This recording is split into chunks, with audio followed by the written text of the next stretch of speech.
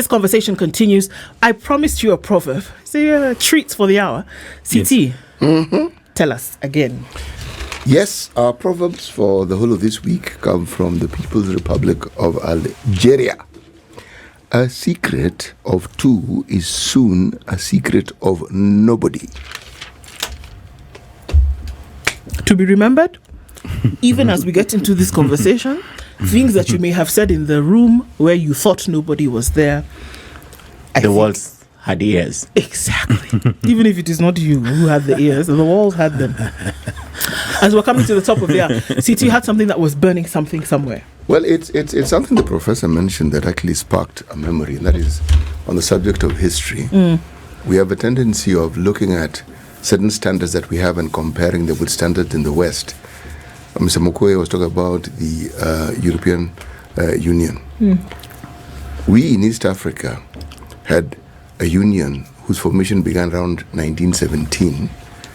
And over time, before it became the East African Common Services in 1961, 1967, not only did we have free movement of people, the currency was exchangeable on par. We had a common port services, common East African, we had a common university, it's called the University of East Africa. And Uganda was a campus, Dar es Salaam was a campus, Uganda, Kampala, Nairobi was a campus. And there are very many things that we look at the European Union and we say they've done well. I dare argue that they benchmarked with what we already had. Right. Yes. Which brings me to my point. We sometimes do ourselves a disservice of not looking at the things that we do well and the things that we were way ahead. Totally. You see, I never blame the West. I blame ourselves because we don't learn from them. They have the capacity to look after their interests. We don't.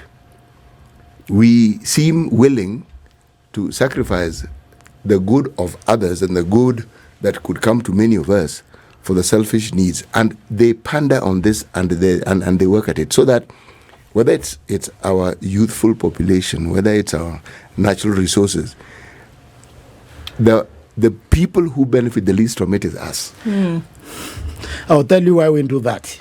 And, you see what happened here is the Mzungu came here and they found a perfect society which had the proper leadership structures.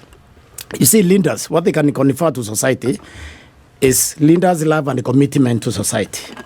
So when the Mzungu came here, he engineered a revolution. You see, every society has an underclass. Okay? So here we also are under an underclass.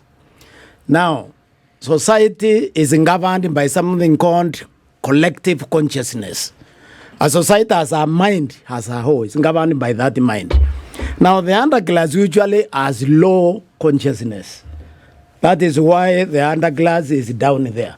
So when the Mzungu came, the people who went to become Christians, who took the Mzungu culture, this was the underclass. It was not the African ruling class or governing class. So the underclass took education, became Christians or whatever. They took education. When now it was time to transfer to independence, these are the people who took power. These people had no capacity to love, because the capacity to love is created within that collective consciousness. So these are the Mobutu Sesekos. These are the Findro Mbakosas of Central Africa. These are the India means. And in a sense, the Jomo Kenyatta here, or even this fellow who came, the people of dubious background. So this problem now has continued to grow itself because they diluted that culture of giving yourself free to society, giving yourself in totality to society. In other words, transformational leadership that was cultured in Africa was converted to transactional leadership. Transactional means any decision the leader makes must benefit the leader. You don't make a decision for society. Before the Mzungu came here, we had no beggars. We had no homeless. In fact, the children belong to the community, so it didn't matter if you didn't have anything. The children will still have milk. Yeah. They will still eat.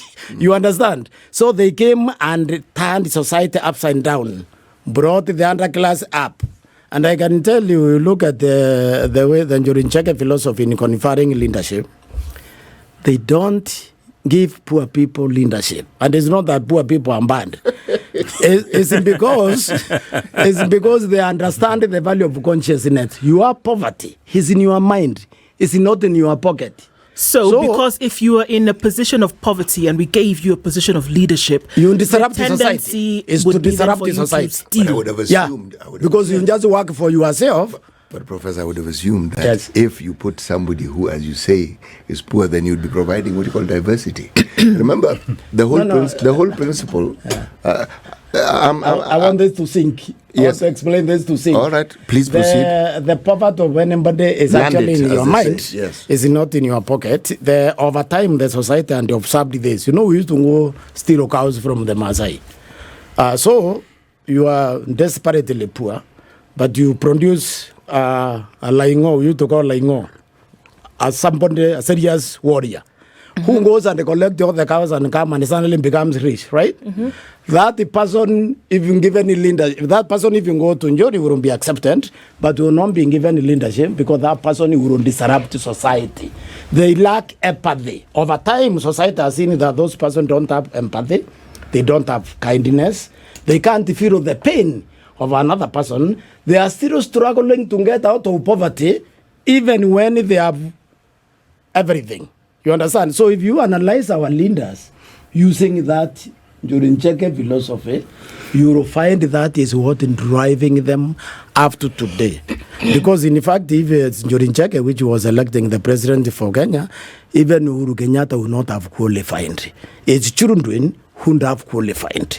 Because nobody knows who his father was. Are you saying we did not know who Jomo Kenyatta was? Jomo Kenyatta, I understand, I'm told, I don't know, that Muigai was his uncle. So, we his father.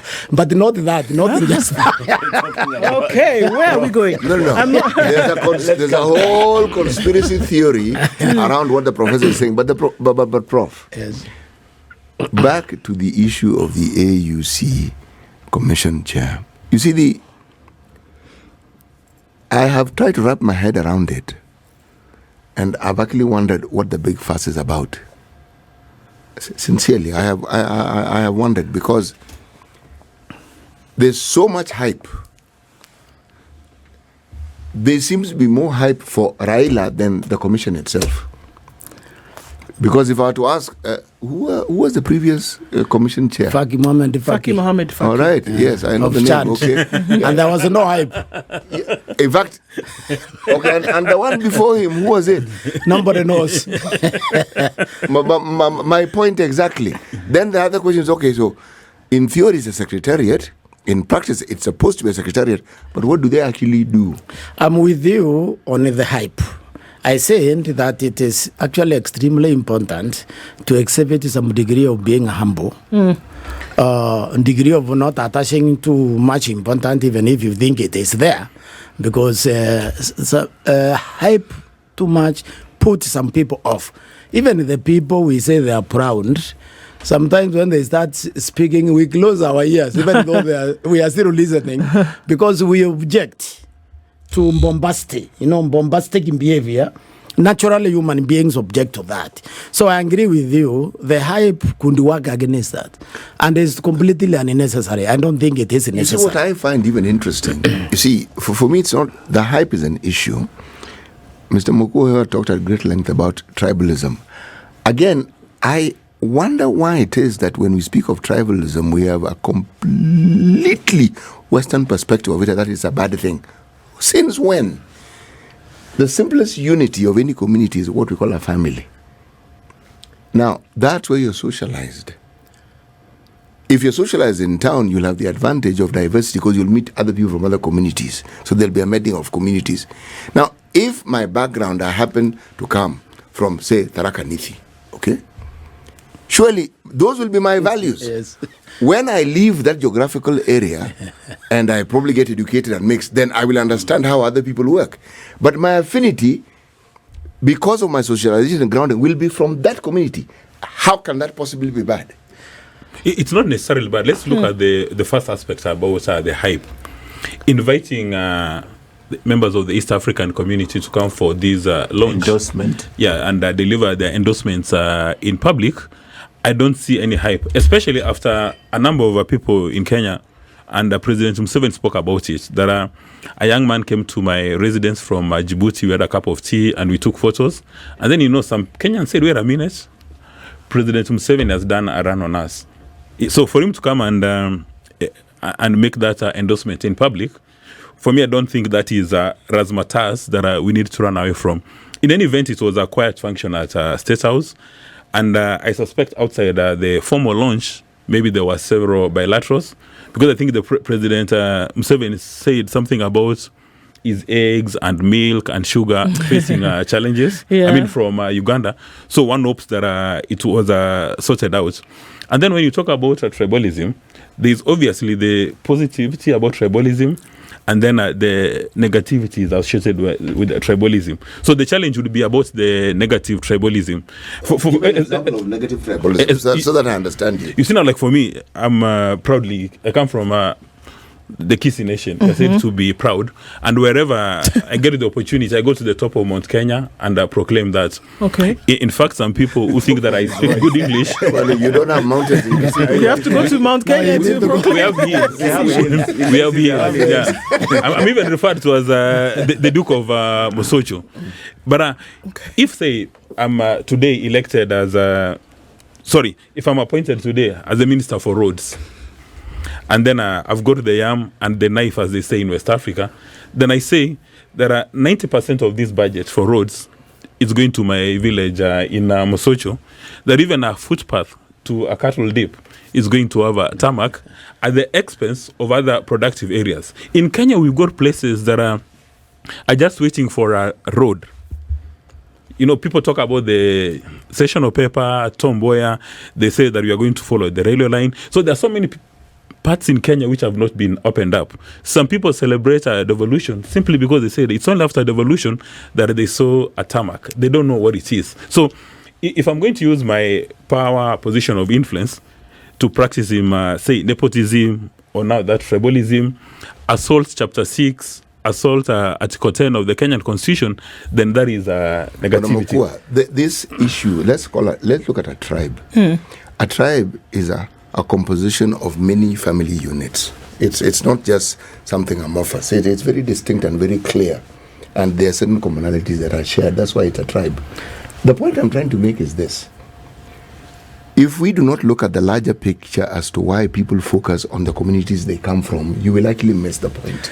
You see, I wanted to say that you are absolutely correct on this, that tribe by itself is a fantastic thing. Because even leaders emerging from that tribe, I want to argue that there is actually no tribalism in this country. What we confuse as tribalism is self-seekers who now use the tribe, for their own personal benefit. But otherwise, if you really love your tribe, then you can also love us. Because we are cumulatively part of that tribe.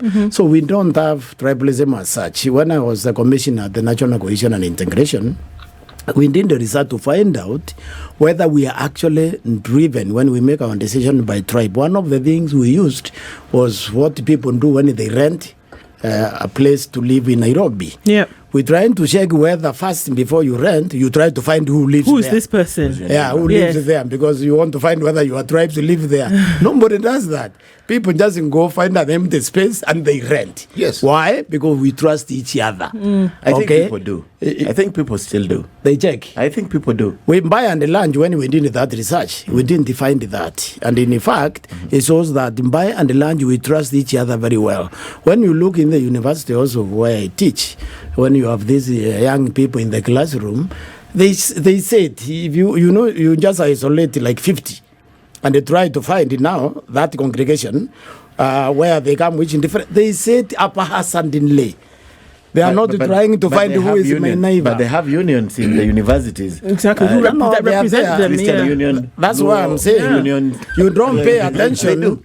That's why I'm saying those are not supposed to promote tribalism. What they are is cultural identity. Yes. And even the constitution recognizes that. Yes. This is why they say you need to promote your language, because the language puts you together. We have exaggerated the tribal impact in this country. It is not there. Trust me. We trust each other to a very, very large extent as a people.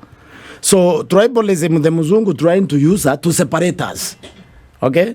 And then we are stuck to it because we have produced leaders who are extremely selfish, and to support themselves, they use a few of the members of their community, not the majority of them, because if they use the majority of them, in order to also extend it to us.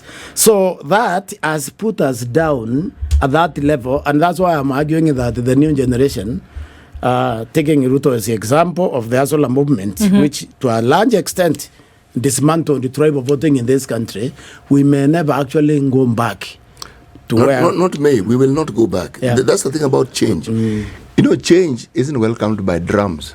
There may be drama, but that's not the celebration. Change. No, not that is celebration. the manifestation of what has already taken place. Exactly. It's like an aftermath, but that's what we focus on. You see, the assurance that other communities look for when they're looking for a national leader is a confirmation of that person's backyard. Yeah.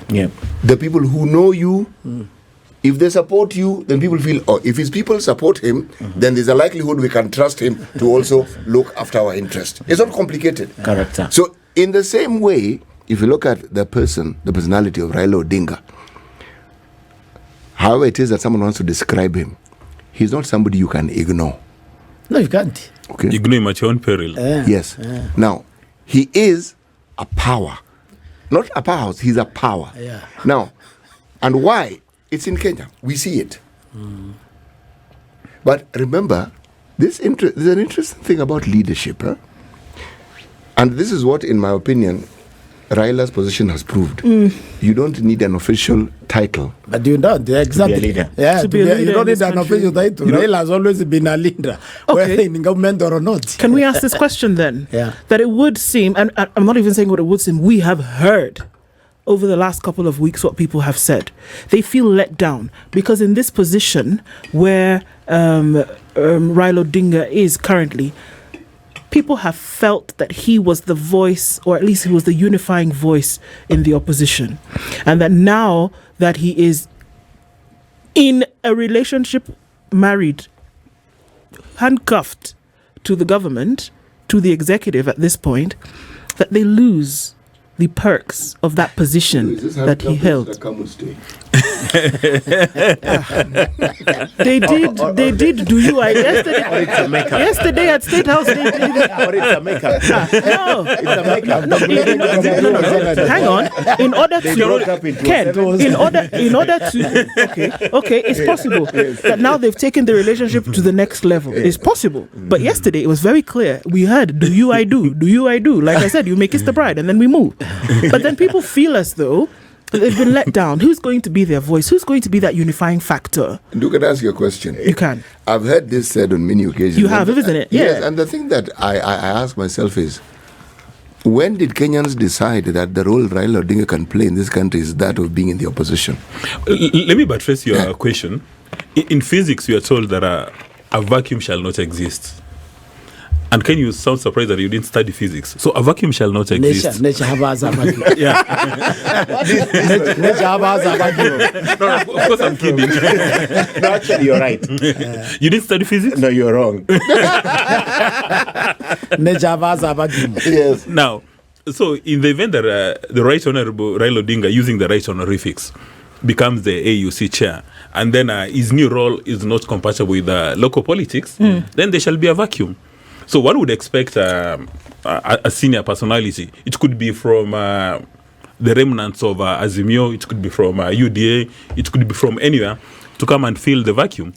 Because, people have complained for the longest time, and we even say this, that he has deliberately suffocated talent. Now that he's stepping out, somebody should come up and fill that vacuum. In fact, the people who are complaining should be doing press-ups and saying Hail Mary and saying now that Raila, because we are not told it's not career progression, let other people emerge and fill that vacuum. Okay. Now, let me put this as simply as I possibly can. I think there is a leadership vacuum, whether Raila goes to AU or not, or stays here. Leadership vacuum of what nature? Why do I say that? You see, one of the greatest achievements of William Ruto's campaign was to bring what is called class consciousness in the mind of Kenyans. Now, by as me or somehow collaborating with William Ruto after the Gen Z demonstrations, solidifies the belief in class consciousness within these young people. Okay? And that means they are going to work to try to abstain that arrangement. Okay? They are quietly going to try to work to abstain that arrangement. You see, we may naively think that the law that now we are experiencing is actually the end of these fellows. What happens in all revolutions is that there is always highs and lows. The low is where the grievance, which drove you to want to fill that vacuum, persists. When the grievance that persists, where does it go? It persists in your home, persists in the school, persists in the shamba, persists in the manyatta. When it wakes up, it may be woken up by something completely unrelated with that grievance. Around the accident. Something said by somebody in the system so obnoxious that it simply fires, it simply wakes everybody up. Because you have to notice that the problem with what triggered those demonstrations actually had very little to do with the finance bill. Finance bill was merely a trigger. It had to do with the economic situation, which the Kenyans, so the grievances were launched. Now, those grievances have not been addressed, and therefore, the vacuum, leadership vacuum exists. It still exists. It still exists. It still exists. Okay, let's take a break on that point because it's very interesting where we're saying that we suddenly saw a flurry of activity after the finance bill protests and we thought that, okay, whatever is happening, cabinet dissolved, boom, that something else was coming in to deal with the issues. It didn't happen.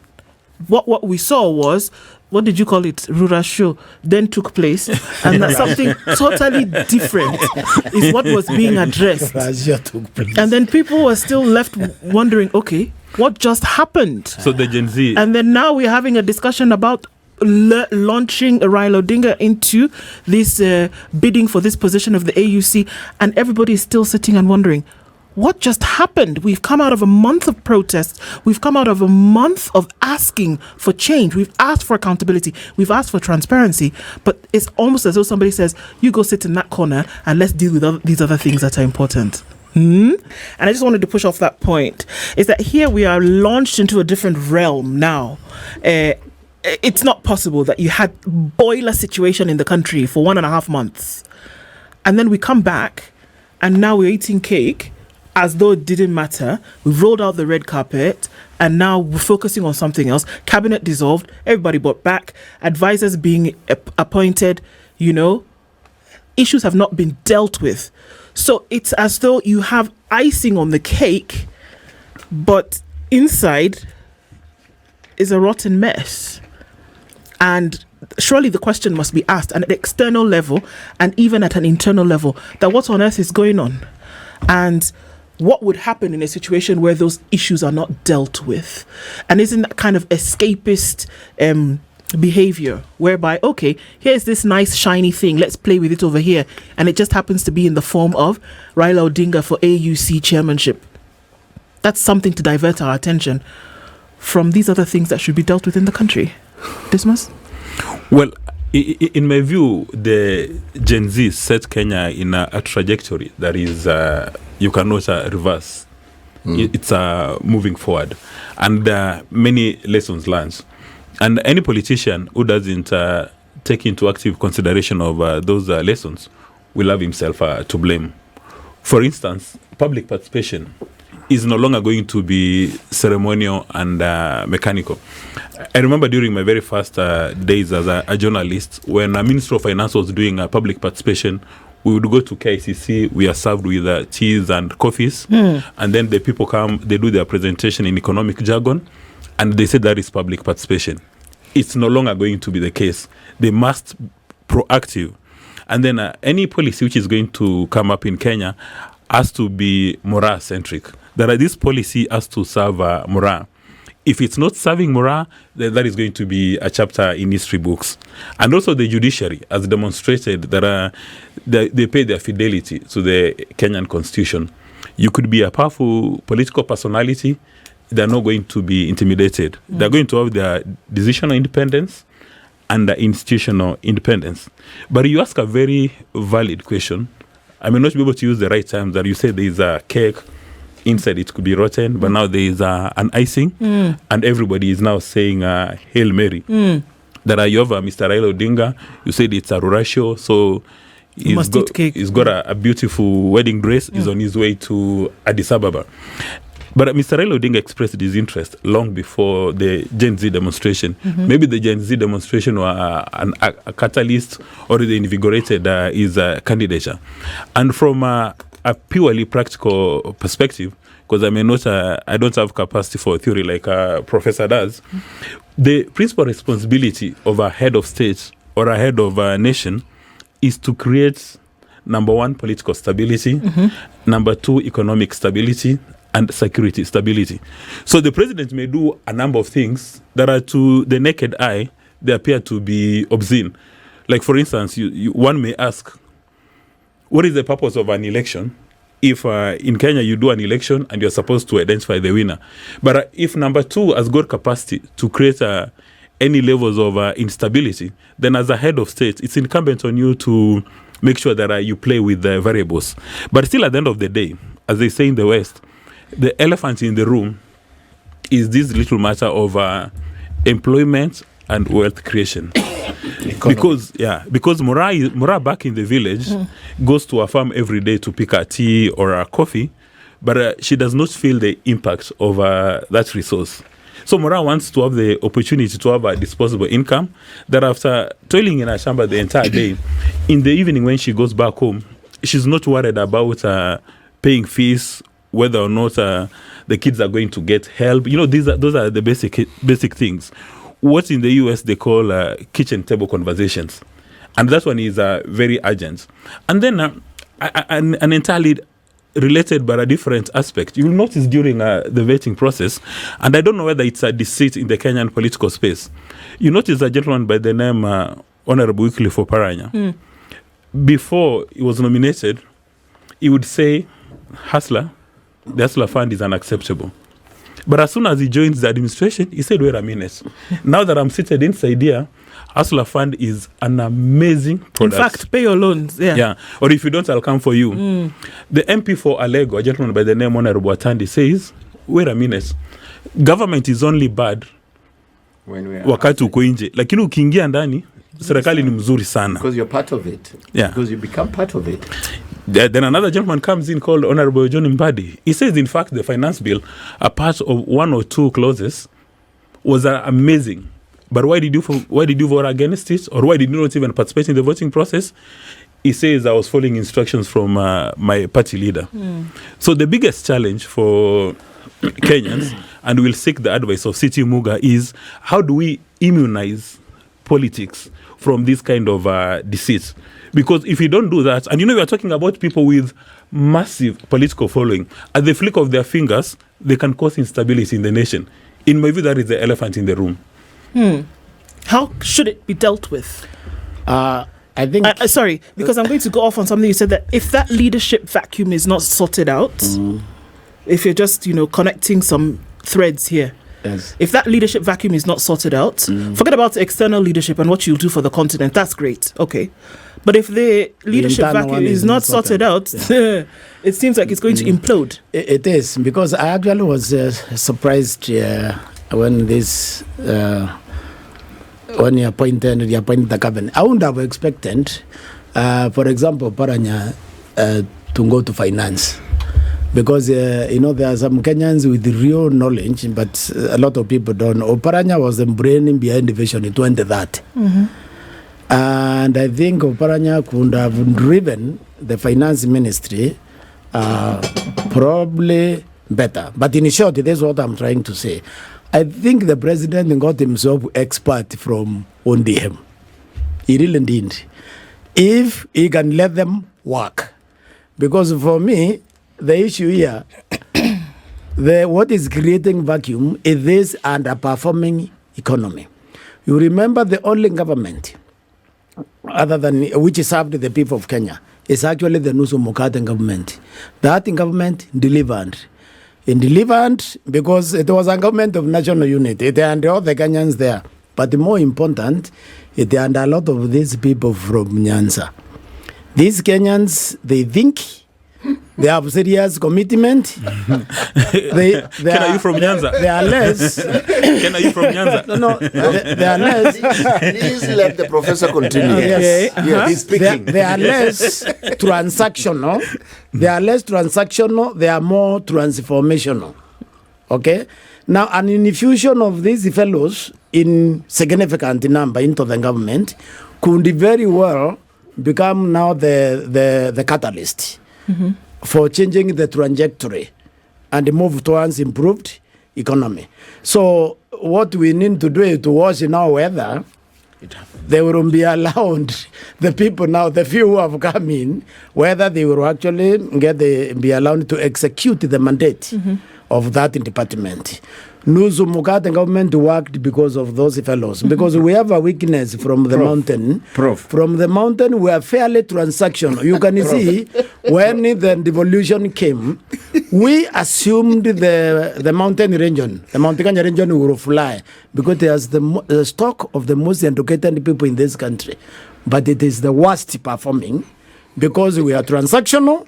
We just like fattening our own pocket more than the country. So those fellows are more transformational, and the more of them we can have in the government, in my opinion, the better. Prof, there are two issues here. One, Yes. I understand when I was still in school, there was a cabinet before the cabinet.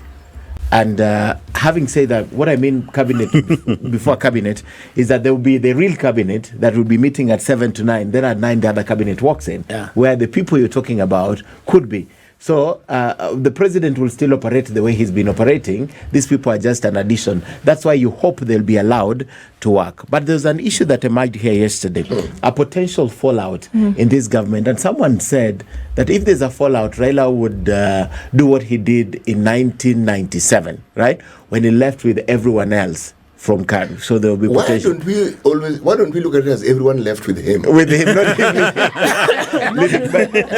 but my question related to that is, do you foresee this government holding? Because having said what you're saying, there are two parties here, transactional and transformative. Yes. So these are totally different ideologies Completely. under one roof. Totally. So I'd like that answer. And the other thing that was raised by City that I just ventilate on it and you don't have to respond is the fact, why is there a hullabaloo about Raila's candidacy? Why is it that there's so much fuss about it? Because I'm looking back before Faki, there was a Dlamini Zuma, right? So Dlamini was replaced by Faki. Yes. Prime Minister, she was a minister in the husband's government, Minister for Women or something like that. Then comes the former Prime Minister of Chad, and then the former also Foreign Affairs Minister. Then here comes a candidate who has been running for president 5 times straight. Here comes a candidate who has been a prime minister. Faki was a prime minister for 2 years, if I'm not wrong. Yes. Only 2 years. So perhaps that is the reason why there's a fuss. You are up here. Why do you want to come down here? Because the council of ministers is still ahead of you, just operating. But my question majorly is based on this, the fallout. Do you see this cabinet, do you see this government holding on to the end of 2027? That's for the two of you. Yes, I'll let Mokua answer that one. Let me start with the last one. Can you painted this picture that there is these high octane celebrations that Mr. Odinga is the talk of town about his position as the chairmanship? I look at it from 2 perspectives. For Mr. Raila Odinga, whether he talks or not, is a subject of national conversation. whether he does anything, whether he moves, whether he's latent, whether he's kinetic, people will always have a conversation with him. I remember when I was in the newsroom, if Mr. Raila Odinga doesn't speak for a week, journalists will still call him and look for him to say where something. are you? You're looking for headlines. Mbona mzee umenyamaza? Then he'll say, maybe I'm in a vacation in Italy. Then the page one story would be, Raila takes a vacation. Yeah, because he's a very solid guy. In fact, some newsrooms that I'll not mention identified Mr. Raila as a revenue stream. That if you want to sell your newspaper Headlines. or you want to sell your content, Raila must be in the headline. And he's largely credited for having the regional editions. There are some headlines that if you put them in Kisumu, by the time the newspaper lands, it's already sold out. So they started having those kind of things. So that is why he's referred to as enigma, agwambo, all those kind of things. And then we have never had anybody from Kenya with the gravitas of Raila Odinga running for this position. I know you'll talk about Amina Mohammed. Foreign affairs. But she did not have the gravitas of the enigma.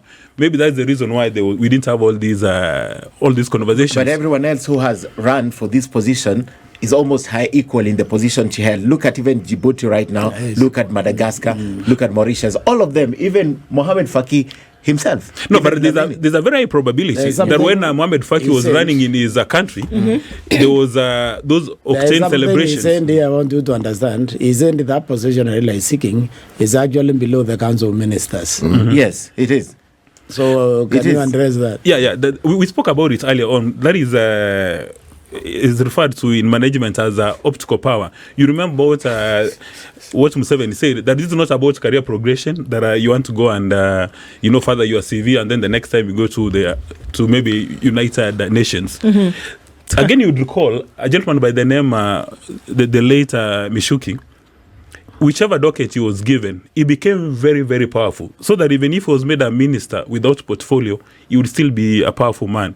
Even the late Simon Nyachai, very powerful, a powerful personality. Even Professor spoke about this, that he dismissed the pain and pleasure principle and said that Raila Odinga, because he's a forceful man, he can actually go to the UN and move needles, although I don't understand how he'll be able to influence those heads of states. But all said and done, in my view, we must support any Kenyan to the hilt who is looking for an international role. So whether it means going to Mount Kenya or Mount Kilimanjaro, working on his CV. Actually, understand that the document they prepared yesterday had typos, that brochure was not spelled right. So I'm wondering whether there was a challenge with political. There's a question he asked you, you have not Different sound. answered. There's a question he asked you, you have not answered. Whether the government will survive to 2027, in short. Now, there's a gentleman by the name of Ambetso Paranya who indicated that if I offer my advice and they refuse to take it, I'm going to resign. But even before the ink dries, is that a very big homecoming ceremony in his village where he's invited the entire community to come and dance about his new appointments. And that is the question I posed to City Muga, given his pool of wisdom, whether or not this is about a disease. And you also said the majority of these people who've gone to this administration, they're fattening their pockets. So if there's an opportunity to fasten their pockets, I don't know whether a disagreement. But again, trying to look at that crystal ball may result in disaster. Let me tell you Okay. something. Go, City. I marvel. Professor, first of all, thank you very much for those kind words. I actually come from the region that you spoke of so glowingly. There's only one proviso, though. If I look at the performance of the governors that region has had, that is Luo Nyanza, from the time we had devolution, I'm afraid Yeah, it's in their track below record, par also. it denotes the complete opposite of what you were saying. So I needed to put that right At the there. national level, City at can the also national buttress that level, point. Yes. at the national level, people from Nyanza really perform. I mean, you have to look at Omboya, okay? You have to look at John Donde. John Donde came in here, even though it was like one term, And they changed everything. Moi was having a problem how to raise money. He told them you can force the banks to you can raise the reserve in the bank, and then one is the central bank, you just go and take that money. So Professor, you You suggesting... understand? What I'm saying is that region has been able to produce very brilliant national leaders. Okay. But like all But they the get other a crisis areas, at devolution. yeah, in devolution, they are found just like us. I think became the people have succeeded in devolution. The Ukambani, Oparanya did extremely well in Kakamega. He did. Despite He is the matters one of you've the got. best Performing governors. governors. Nyong'o Okay? is doing well. And then, of course, Nyong'o is doing very well also. Then you have the Ukambani governors, all the three of them. Whether it's Mutua or Ongilo or Kivuza. Professor Kibwana, they have done very well. So the problem here is these so-called highly educated regions that we expected to do very well, they fell into the trap of corruption. Okay. However, CT, there was a point you were trying to complete here, isn't it? Yes, you see the question that Mokua refused to answer and asked me to answer. You see, to understand politics, you need to understand it as a unique subject that has unique indicators that you need to know before you can actually interpret and say this is what is going to happen. The politics of this country has one huge benefit. It's fluid, very, very fluid. And the very thing you think cannot happen will happen. Exactly. Okay. If you look at Jomo Kenyatta and you look at the plethora of people who were in leadership then, Jomo Kenyatta was not necessarily the best choice for president. There were other people. And keep continuing. There may be reasons why he became president. There may be reasons why Moi became president. There may be reasons why Kibaki became president. But if you look at it, these were very unlikely. They're almost accidental presidents. But that is what you would say if you don't understand what you call the role of chance. In fact, if you ask me, there's this theory I've heard for some time. Yes. That Jaramogi Oginga Odinga is the author of the Kenya's misery. Because Jaramogi was a proper African now. He was not one of those people with dubious background. You see, indeed, something, a national hero, Jaramogi qualified to be a national hero. Yes. Because a national hero is somebody who does something so ordinary anyone would have done. He refused to take power so that Kenyatta can leave prison. If Kenyatta, who was his senior. Yes. If Jaramogi had taken power then, this country would have gone a totally different trajectory, would have increased our capacity to love one another, because it was his love for the struggle, his love for the country, which made him say that we cannot, with our freedom fighters in prison. We need them out. Ingrained person would have, so he was not ingrained. Now, that would have been the equivalent of Nyerere, who would have created strong cultural foundation in the country that would now be able for us to plant the economic roots into. Right. So I want to prophesy within the next 5 years, if we are not careful, Tanzania is going to bypass Kenya. They've already bypassed Because us. Tanzania, Nyerere was able to create that strong cultural foundation. So Jaramogi did us huge in disfavor. By not taking the reins of power. Then. That would have appointed Uhuru Kenyatta, would also have appointed the other people who came later. He would have made us more Kenyan. He would have increased our capacity to love one another.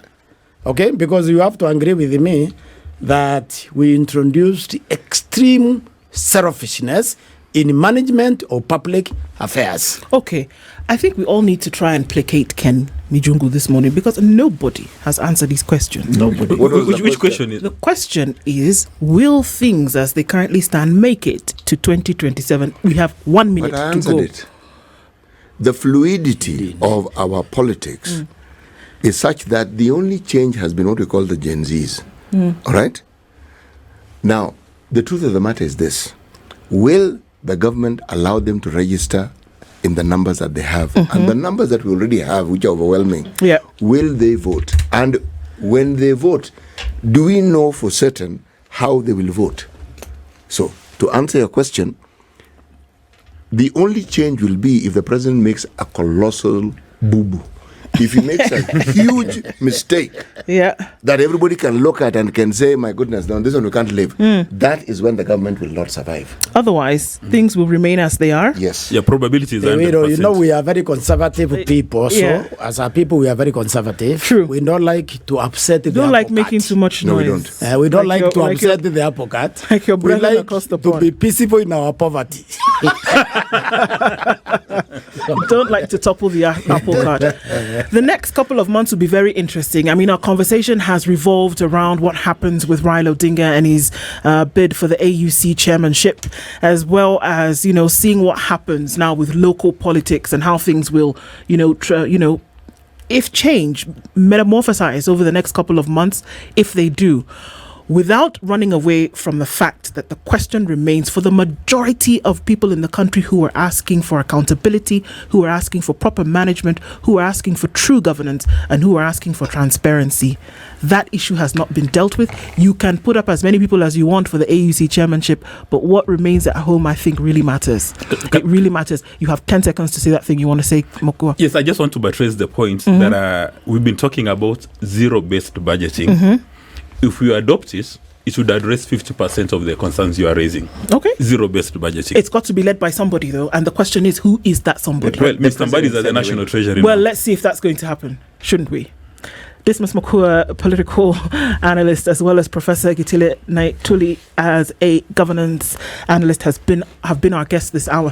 Last 2 hours, actually. Yes. Thanks for being awesome sports and being here this morning in Kenya's biggest conversation. You've occupied the hot seats well. We'll Thank talk. you. You gave us water too. Ken, promise the people again tomorrow. See you tomorrow. I'm working tonight. See you tomorrow. I'm working tonight, and I have a guest. I'm hosting Professor Wajakoya tonight. So see you tomorrow morning. I'll try. See you tomorrow morning. I'll try wake up. This is the Situation Room, the only way to start your day.